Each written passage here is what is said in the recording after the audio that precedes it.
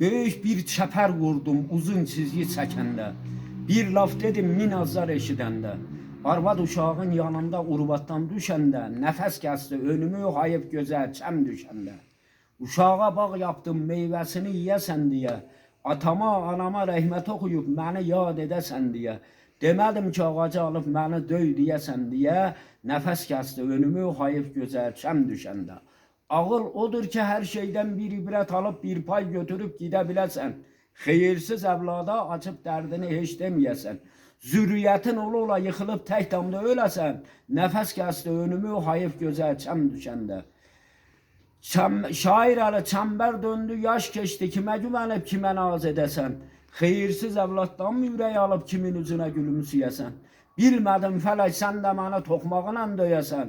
Nəfəs kəsdi önümü hayıf gözə çəm düşəndə. Dinləyənlərə buradan təşəkkür ederim hepsine.